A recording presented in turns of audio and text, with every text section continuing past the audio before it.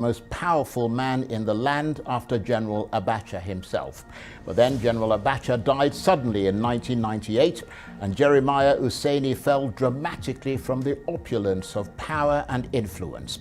It was a bitter end for the man who waxed stronger and lasted longer than most Nigerian army officers, and who was often described as Abacha's alter ego, his most intimate and trusted friend, with whom he ruled Nigeria with an iron grip. So how has he evolved since the end of the heady days of the Abacha regime? My special guest today is Lieutenant General Jeremiah Oseni. I'm Charles Anyegolu, and this is the Arise interview.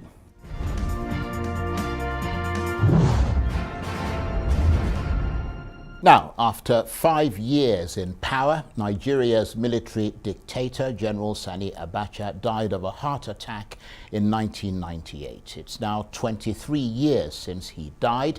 He'd seized power through a military coup in 1993, supported by his friend, confidant, and most loyal aide, my guest today, Lieutenant General Jeremiah Oseni.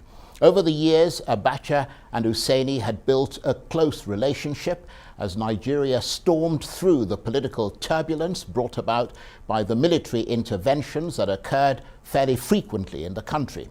As other officers were retired or forced out of the army, Abacha and Oseni waxed stronger, building an unbeatable combination of power, influence, and money.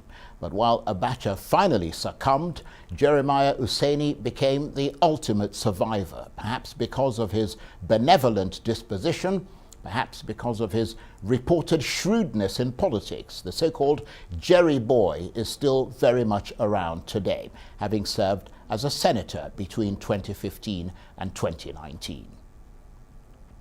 And Lieutenant General Jeremiah Oseni, retired, joins me now in the studio. What a pleasure to have you here, sir.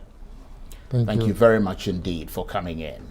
Thank you very much for You inviting look pretty me. much like the way you used to look in the heady days of the Abacha regime. Well, I live peacefully. I don't fight with anybody. Well, that's a good way to live. Yes.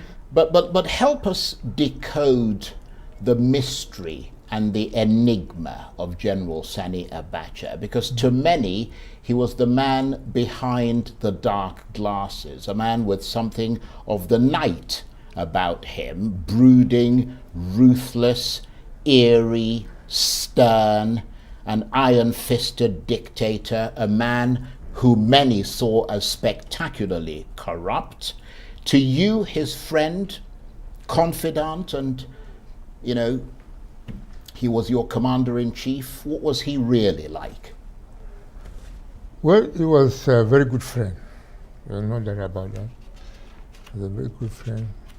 Also, I want to thank you for inviting me to come for this discussion. Probably during this occasion, I may be able to clear some areas.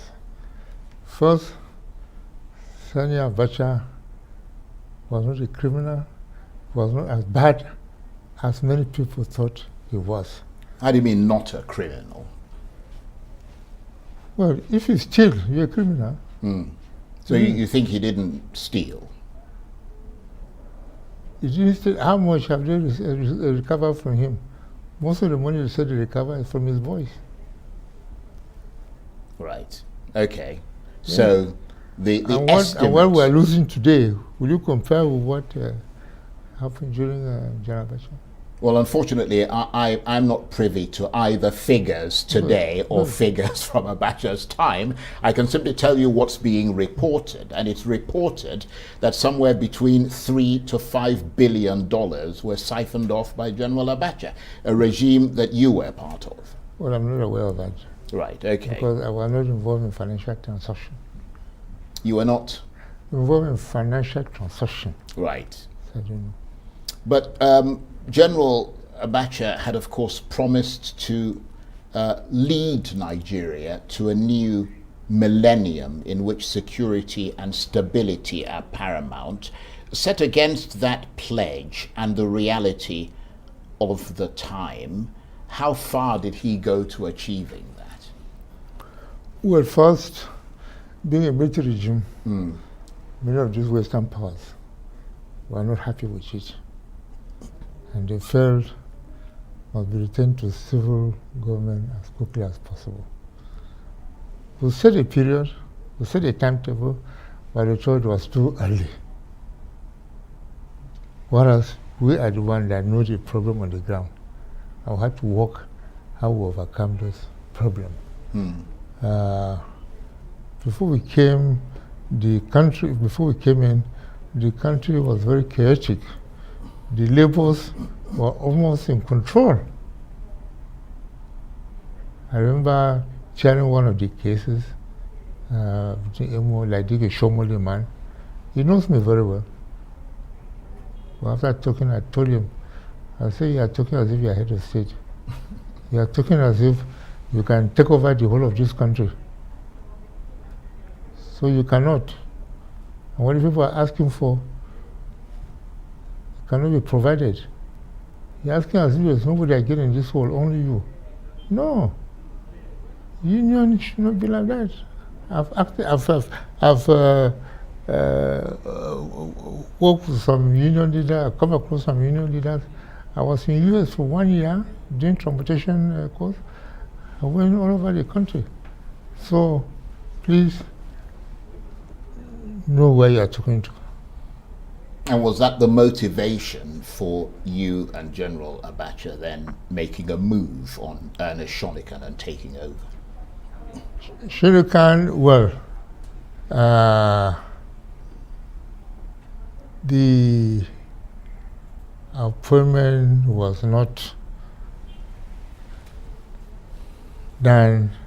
In any case, what I'm trying to say is that there should have been a proper discussion to agree.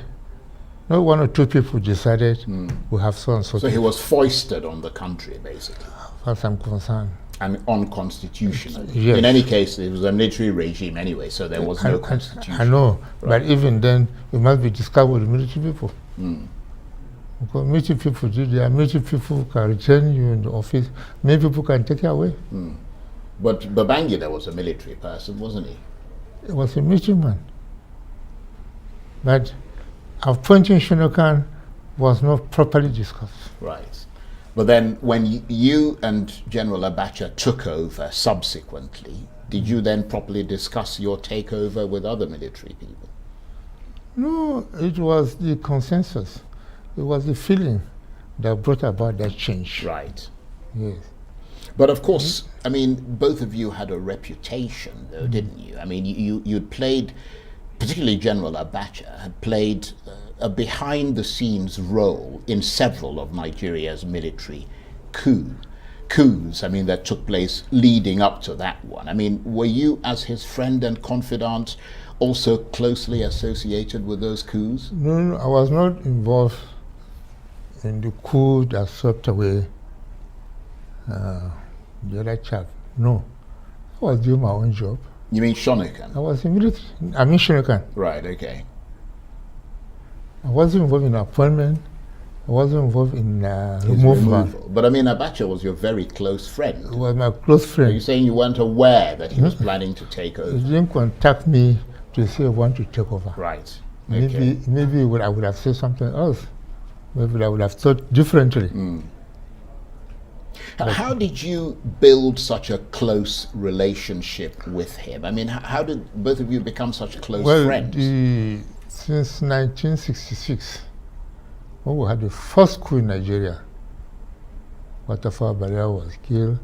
Our own CEO, 4th Battalion Battalion, was killed. One of the most efficient Brigadier General, Brigadier Mamalari, was killed. Yes, I've heard of my. That's right. He was killed in Lagos when he went to have meeting with the brigade. We had 2 brigades that time. And when we look at the number of people killed, I was in Ibadan then, 4th Battalion. When we look at the number of people killed, we see that all of them were northerners. So it became evident that it was an Igbo coup. And not only that, there was a plan to kill more Because rumor was going that they haven't killed enough. They should kill us more. So of course, when you're in such a situation, you have to arrange to defend yourself. But of course, some of the people who carried out that coup were non-Igbos as well. Can you mention which one was not an Igbo? Well, there were a couple of Yorubas, there were a couple, I mean, books have been written about this. There were a couple of The northern leaders were Igbos, majority Igbos. That's true. Yes. So we don't have to say Igbo leader, a Yoruba deputy. No. And this is what you want to... I suppose from a military point of view, the people who led the coup are the people who basically took command. Igbos. Right. Don't forget Ojukwu. Ojukwu was like the head of state. Yeah, but Ojukwu didn't take part in the coup. Ojukwu actually helped to foil the coup, as well as the person who when I say became take part, doesn't mean that he joined the number of people holding the guns to go and displace people. No, but you are aware of everything. He was the head of that organization. He approved of it. You mean approved of the coup? Yes, of the change. Right. Well, that's a slightly different story. Yes. But moving on from that, of course, once Abacha then got into power himself, along with yourself, he drew intense criticism for his human rights record. I mean, opponents were often jailed. Some, like Ken Saro-Wiwa, were executed. Looking back now, do you agree with those who characterize his human rights record as very poor? I disagree completely with them. One, there's a proper court setup to look at this that we are talking about from Rivers, isn't it? Yeah. Good. Ogoni. Yes, and was headed by a retired judge, chief judge of the state. And that body found him guilty. In fact, he's supposed to be executed. I'm one of those when we were meeting at the Supreme Military Council. They said no. I said, Abacha, since you took over, you have never executed anybody, unlike your colleagues. They executed so many people. Never executed anybody. Keep that record. Can give him life sentence. Maybe another government may free him up. So why did he feel it was necessary to execute him, in spite of your advice? I didn't say he should be executed. No, I said, in spite of your advice not to execute him, why did General Abacha feel it was necessary to execute him? Well, you see, when you sit down as a group, if there are 10 people, and even if 4 say no, and 6 say yes, what do you do? Yeah, majority carries the vote. I think that's what happened. Stay with us, General Oseni. Would like to talk with you some more. You're watching the Arise interview. Plenty more still ahead as we continue our chat with Lieutenant General Jeremiah Oseni, retired former senator and former minister of Nigeria's Federal Capital Territory in the Abacha regime. Stay with us.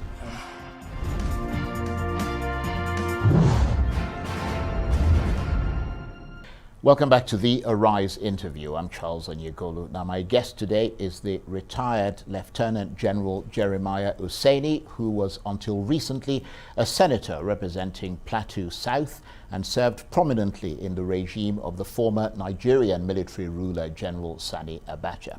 General Abacha ruled Nigeria with an iron fist and was planning to perpetuate himself in power as a civilian president after 5 years as a military head of state. But his proposal to contest civilian presidential elections in 1998 was widely condemned as immoral, with many pointing to his active connivance in human rights abuses and the detention of political opponents that gave Nigeria at the time one of the worst anti-democratic reputations in the world. Well, one of those said to have worked tirelessly to try to raise General Abacha's credentials at home and abroad is, of course, Lieutenant General Jeremiah Oseni. And Lieutenant General Oseni, retired, is still with me in the studio. Thank you for staying with us. You're grinning a bit when I was reading the intro there. Yes, because some of the things you are saying are what some people want, what some people try to tell the world. Yeah. But that was not the situation. That was not the situation. Well, that's why we've got you here, to clarify that situation. Because so when you ask me a specific question, I'll clarify. Yeah, that's what I'm trying to do. But if we make it a general thing to make people believe as if that was the situation. No. What we do is to say that this is what the general impression was of him. But then we have somebody like you who hopefully, if you don't agree with that, can give us the reasons and the evidence why that is not correct. Okay. So General Abacha, supported by you, had promised democratic elections and a transition to civilian rule by October 1998. Mm-hmm. But with just months to go, Nigeria's 5 licensed political parties all nominated General Abacha as their candidate for president. That was a bit of a fiasco, wasn't it? I mean, you were said to be his political organizer and the architect of what was seen by many as a fraudulent political project.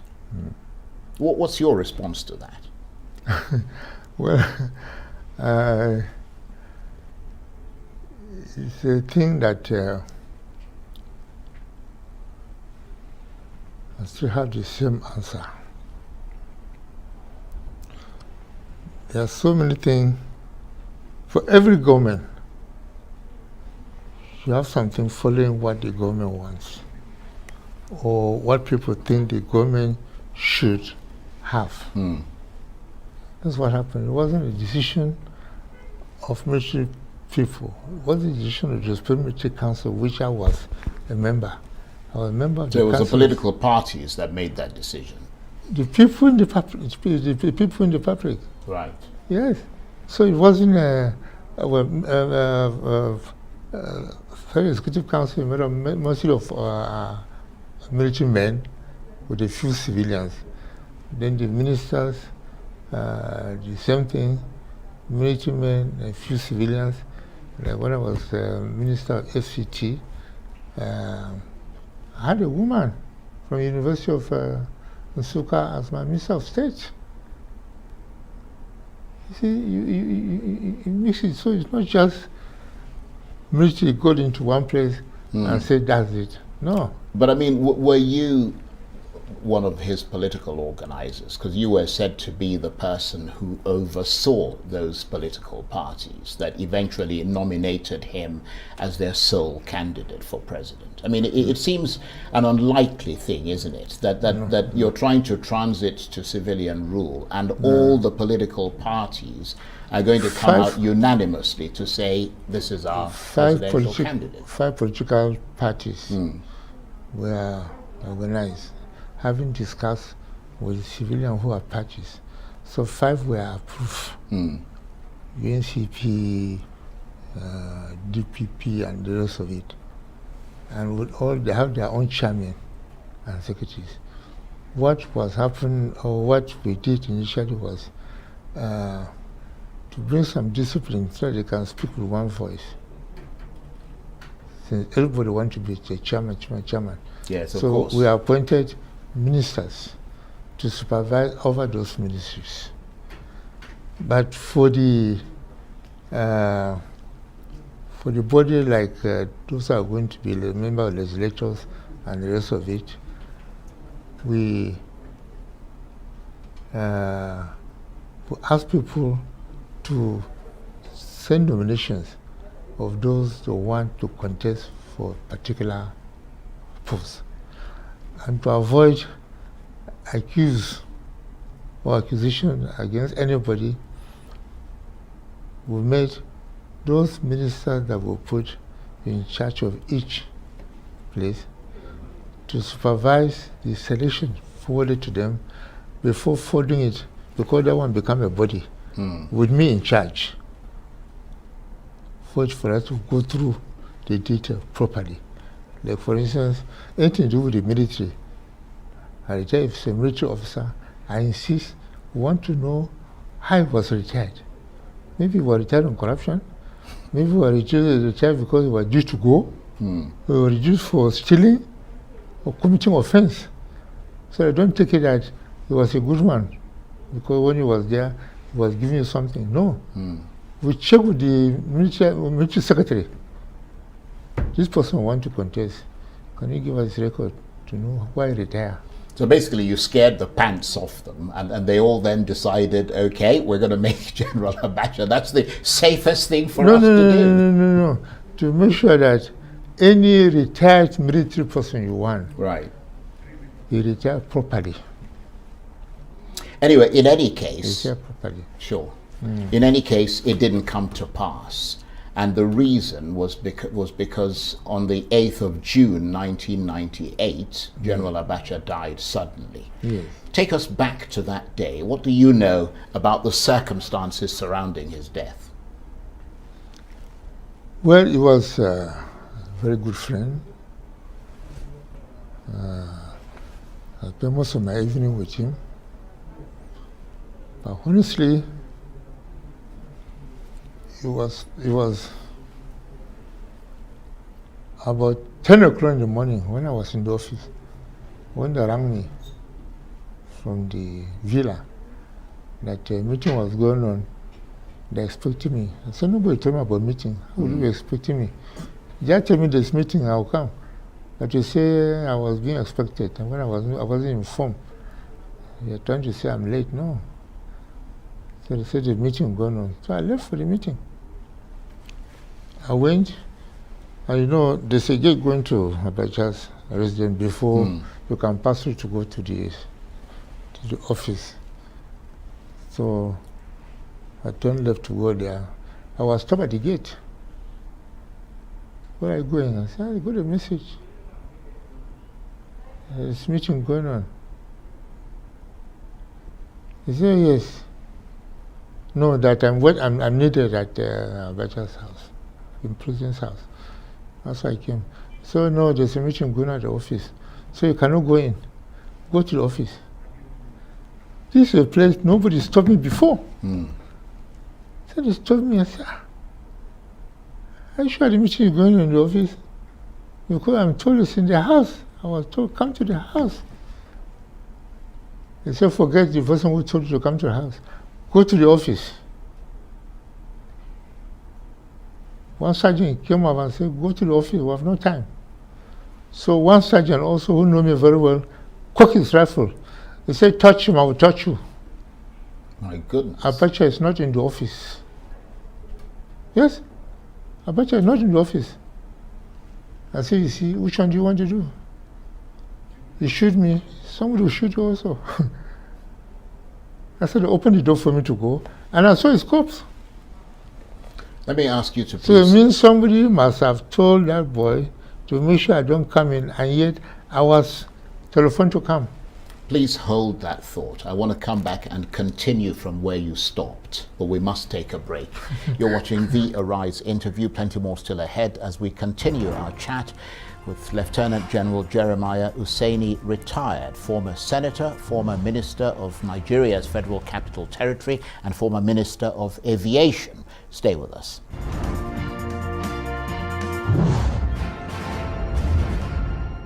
Welcome back to the Arise interview, where we speak to the newsmakers as well as ordinary people doing extraordinary things around the world and featuring the voices at the heart of the stories. I'm Charles Enyegolu. Now, my guest today, Jeremiah Timbut Oseni, was a lieutenant general in the Nigerian Army and minister responsible for the administration of the Federal Capital Territory, Abuja, under the Sani Abacha military regime. He was also former Minister of Aviation. He served Nigeria in various other capacities as Minister for Transport, Quartermaster General of the Nigerian Army, as well as military governor of the defunct Bendel State. At one stage, he was said to be the successor of General Abacha, but it was General Abdul Salam Abubakar who took over after Abacha died in 1998. But Undeterred, General Oseni went into politics, serving as deputy chairman of one of the significant parties in Nigeria, the All Nigeria People's Party. He was elected senator for the Plateau South constituency of Plateau State in the 2015 national elections, which he contested on the platform of the People's Democratic Party, Nigeria's ruling party at the time. And Lieutenant General Oseni, retired, is still with me in the studio. Thank you so much for staying with us. And you were telling us, I apologize for interrupting you. No, you were sorry, telling us that you had come, how you basically got to know that General Abacha was dead. You got to the gate and they wouldn't allow you into his apartment. That's right. Please pick it up from there. Yeah, they wouldn't allow me. I was told to go to the house. When I go to the gate, they refused to open the gate. And one soldier at the gate came out with a rifle. They said I should go to the office. I said I was told to come to the house. What would I do in the office? I mean, the way they talked to me, I was surprised because it had never happened like before. The moment they see my car, they open gate. And this time, a sergeant telling me this, I couldn't take it. I said, why should you talk to them? I said, I was told it's in the house. So whom am I going to meet in the office? Well, from there, another sergeant, rifle also come out and cock his rifle. He said, Abacha is in. The dead body is in. Allow him to go in or I'll shoot you. And that's how they opened the gate for me. So that's the first you heard that he was dead? Yes. That must have been a shock. Big shock. Big shock. So what happened subsequently? Well, I went and I saw service chiefs already there. They'd been informed earlier to come. I was the last to be informed to come. Then they told me, yes, sorry, what happened? The dead body is about the door there. You must have seen some women around there. I said, yes, I saw them. But I didn't know where the dead body is, so I couldn't just stop there with them. So I left them to go and see the dead body. And were you with him the previous night? Because, I mean, there's talk that you were with him virtually every night, and that... Every night I'm with him, unless I travel. Yeah, but were you with him the night before he died? I left before he died. Right. But yes. What was happening that night? Were you... No, we just sit down. The thing that anybody that come to his house come with one problem or the other. So for him to have some fresh air and feel relaxed, we move out to his guest house and sit down. But there was talk that you were, pardon the expression, partying with him. Party? Yeah, that you were having fun with, that there were lots of women around and all that sort of thing, and you guys were having a groove. Is that a fact? No. Yes, I wouldn't deny that there were 2 women there. But not that we were having a party, dances or something, no. And there were also allegations that he might have been taking drugs. Is that a fact? No, he's sick. Right. No, I don't mean like health-related drugs. I mean like... that's the only one I know. Right, okay. Because even when we were eating with him in the afternoon, he would take his drugs. Right. Just like I'm doing now, I'm diabetic. I take about 5-6 drugs every morning. I got this from Paris. I got some recently from Côte d'Ivoire, because Côte d'Ivoire is under Paris. And because of the COVID-19, you yes, know, of course. Yes. But how much did the sudden death of a former head of state raise a few questions? I mean, I understand his doctors wanted to carry out an autopsy, but Abacha's family declined. Well, I wouldn't know that.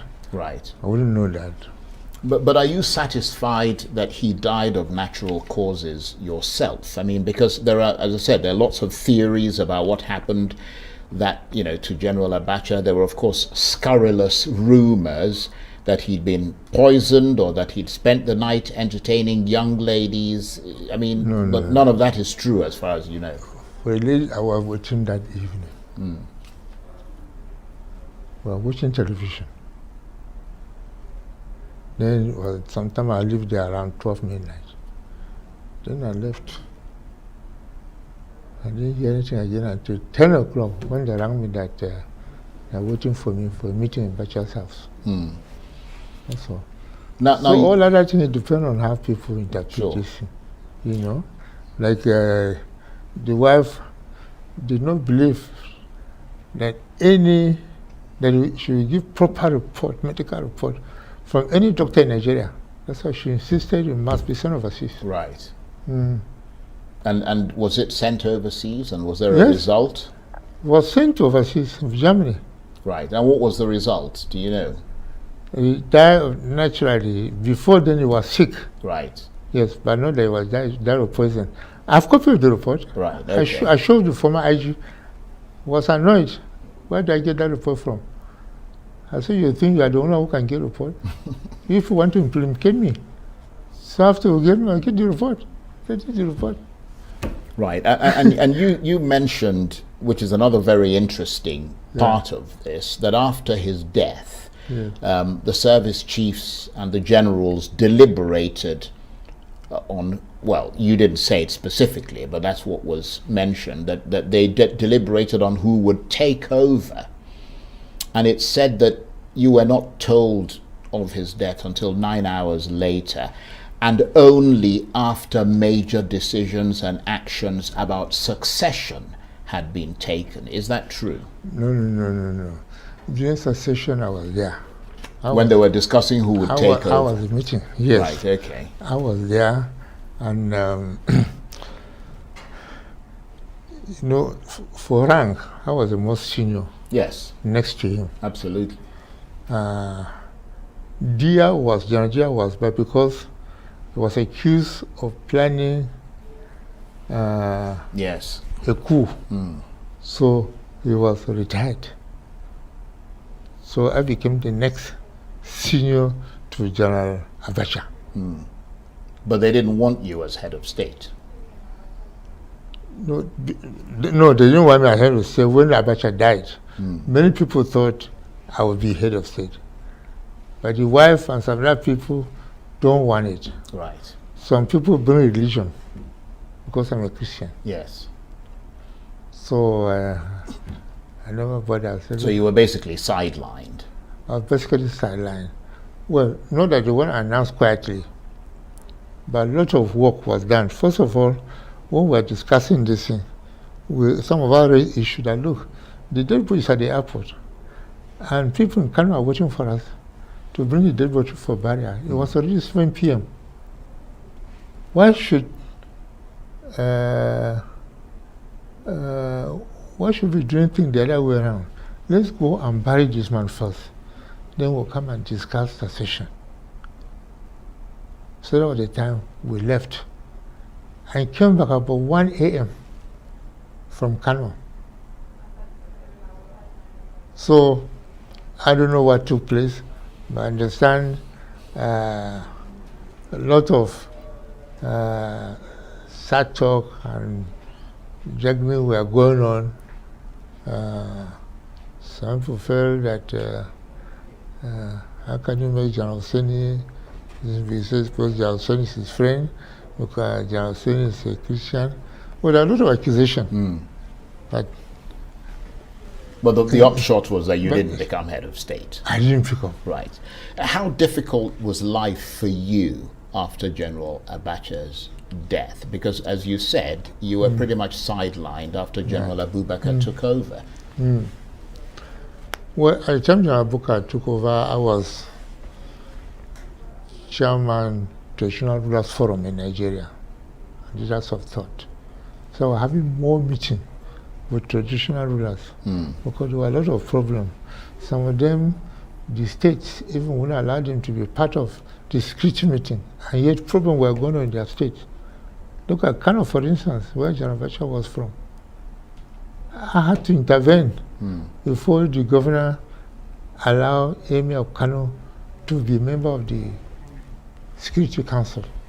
I said, these are the people that we can tell them, look, what are you doing? Something is happening, so go and take care of it.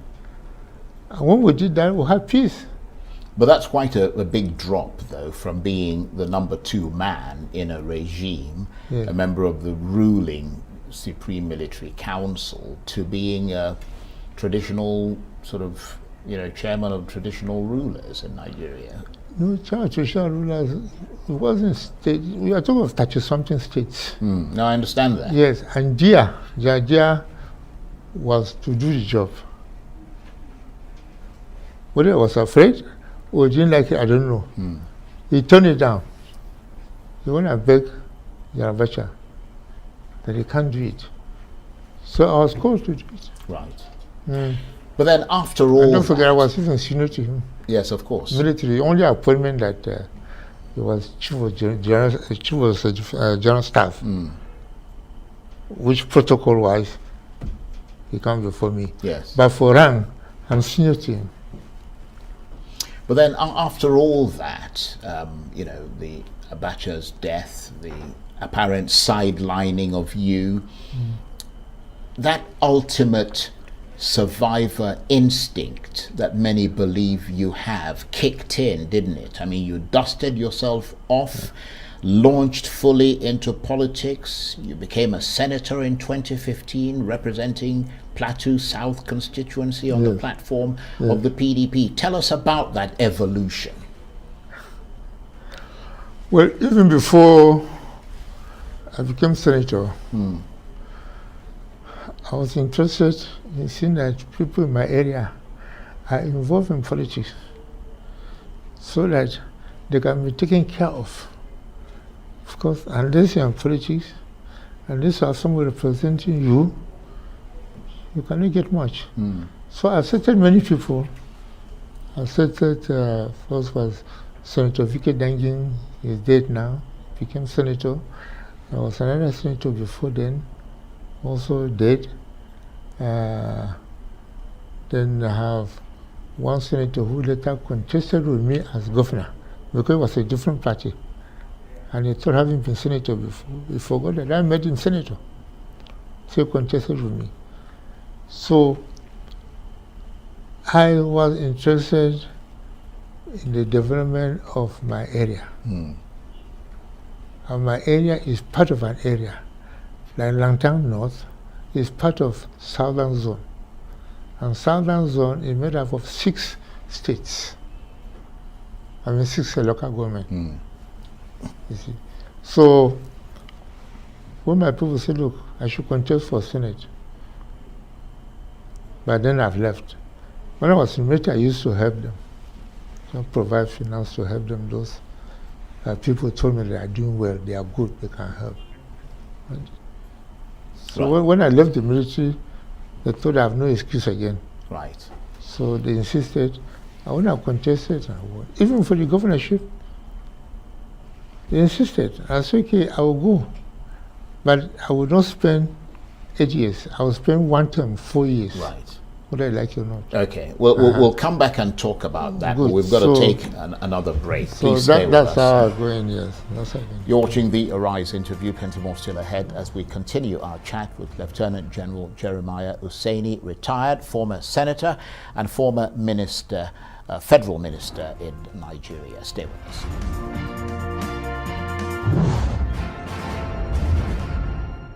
Welcome back to the Arise interview. I'm Charles Aniagolu. Today we step into the archives to take a look back at the 5-year rule of General Sani Abacha through the eyes of the second most senior officer in the Nigerian army at the time, Lieutenant General Jeremiah Oseni. He was said to be the most powerful man in the land after General Abacha himself. But then General Abacha died suddenly in 1998 and Jeremiah Oseni fell dramatically from the opulence of power and influence. It was a bitter end for the man who waxed stronger and lasted longer than most Nigerian army officers, and who was often described as Abacha's alter ego, his most intimate and trusted friend, with whom he ruled Nigeria with an iron grip. But like the ultimate survivor that he's said to be, General Oseni carried on regardless, evolving from military general to a civilian politician with a good measure of success. And my special guest today, Lieutenant General Jeremiah Oseni, retired, is still with me in the studio. Thank you for staying with us. And thank you. You went on to, after being a senator, yes, from 2015 to 2019, you ran for governorship, Governorship, but yes, you lost. What happened? That's why I'm not a governor now. If you say I lost what happened, I'm not a governor. Right. If I'd won or declared won, then I would have been a governor. No, obviously, yes. But I mean, what I'm saying is, anyway, let's not dwell on that because, as you said, clearly you lost. Yes. So, although there was a dispute, and some people believe that you won and it was taken away from you and all of that. But let's not get into it because you're not the governor. Yeah, no need.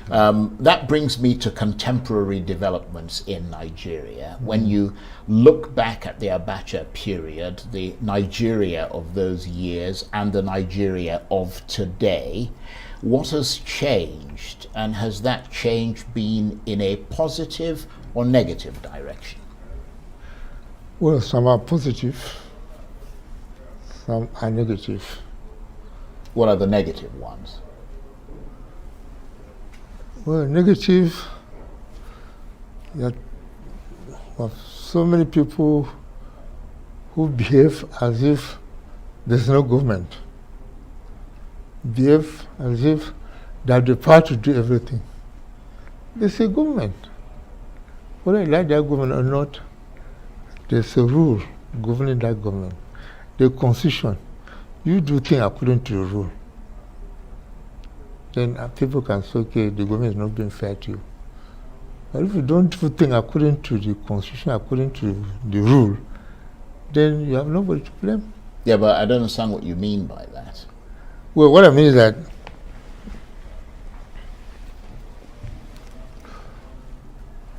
most of the... I mean, who are you referring to, basically? I refer to people who causing problem. You mean like the separatists or the all these politicians who are in opposition or what? No. There are some opposition which are better than those in even government. But I'm talking of, well, both those in government trying to cover those that should have been in prison. Right, okay. Right? Maybe government as a government, but they are part of government that will not say the right thing or open up so that we can get it to the people just because they are relation or they are friends or something. As a military man, we are not used to that. No? Well, let's talk about your home state of Plateau. I mean, there are the killings, there's the violence, there's the conflict between religions and ethnic groups. I mean, it sounds like anarchy there. What's behind all that, and what's the solution from your, senior citizen point of view? Well, what we're saying is that, or what I'm saying is that first the people must agree to live with each other, religion or no religion. Because when this trouble started, the news going around was that Muslims were looking for Christians to kill. Later, people come to realize that Christians were killing Muslims killing Christians. So both religions were killing each other. And those who don't belong to any religion at all, either they're giving some money or don't like this person, we're eliminated or something. So the phrase all mix up and they bring problem. So we say that as a government, you just have to be tough. When we say tough, not that you throw anybody in the there must be a way. There are laws. Somebody bring a law, break a law, deal with him, punish according to the level of the offense. Crime, right. Yes, that's right. Unless that is done, you're encouraging others. That's what some people are saying. But we know also there are some people, even if you lock them up, they are coming out, they are committing another offense. We have to sort of such people. So is that your solution? I mean, you ran for governor of Plateau State, you lost, as we said, but if you had won, what would you do differently today? First of all, during my campaign, I made it clear that my priority would be security. And in going around, my statement has been do good you see good. If you do bad, you see bad twice. Right. So you think the governor at the moment is doing bad, do you? Well, that's my own. Yeah, no, of course. I mean, we're obviously talking to you. So it's left for people to judge whether people are doing good or are doing bad, or they are mixing it up and which outweigh the other. Right. But definitely, that's what I plan to do. So that would have been your top priority? Yes, security. I mean, right. But I don't know what your reaction is, because there have been calls for people in the affected areas of Plateau State to arm themselves and defend themselves because no one is coming to save them. What's your reaction to that? Yes, that's the problem we have. When we had problem with our neighbor, who was a local government, because most of them there were Hausa Fulani. And because we tried to see the government could help us that time. The government didn't come forward to help us. We have to organize ourselves, use local weapons, or go in the night, grab, and twist the neck. That's what we can do to save ourselves. So did you support the call for people to arm themselves? If you have no help anywhere, what do you do? Would you sit down to be butchered like meat? And how do you score the Buhari government on security? Well, he's doing his best. What I said so was that by the time he took over, about 20 local governments out of 36 were under the control of Boko Haram. But today you don't hear much about Boko Haram. You have bandits, kidnappers,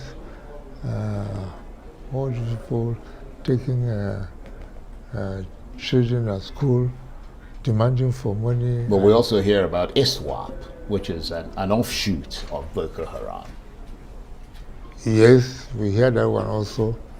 So all we're saying that those are areas the government will have to double its efforts. Right. Very quickly, we've just got about 40 seconds left. 2023 is coming up. Do you still have